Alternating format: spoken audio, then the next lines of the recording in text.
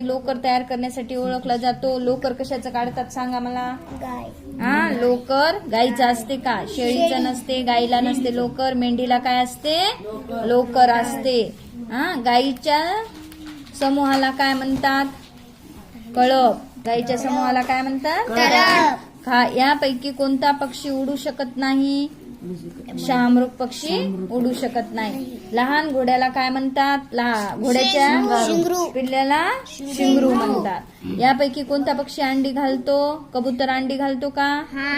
कोंबडी, कावळा, पोपट. कोण घालतो अंडी? कोंबडी. कोणत्या प्राण्याचे दूध सामान्यतः मानव वापरतो? शेळी. कोणता पक्षी रंगीबेरंगी पिसारा आणि मानवी बोलण्याची नक्कल करतो? इथं मोर पर्याय आहे का? रंगीबेरंगी पिसारा असतो मग कोणाला? पोपटाला. बैलाच्या विरुद्ध गाय. आता सांगा, मेंढीच्या मऊ केसांना आपण काय म्हणतो?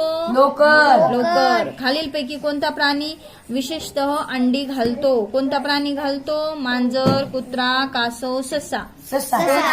ससा कसा घालल? कासव काय करते? अंडी घालतो. खालीलपैकी कोणता पक्षी त्याच्या लांब आणि वक्राकार चुंचीसाठी ओळखला जातो?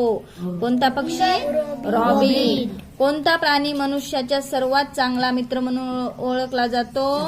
कुत्रा. काय करतो? घराची राखण करतो की नाही? खालीलपैकी कोणता प्राणी कुठेच वाहतुकीसाठी वापरला जात नाही? सांगा. गाढव वाहतुकीसाठी वापरतात. घोडा, उंट बी वापरतात. झेब्रा वापरतात का?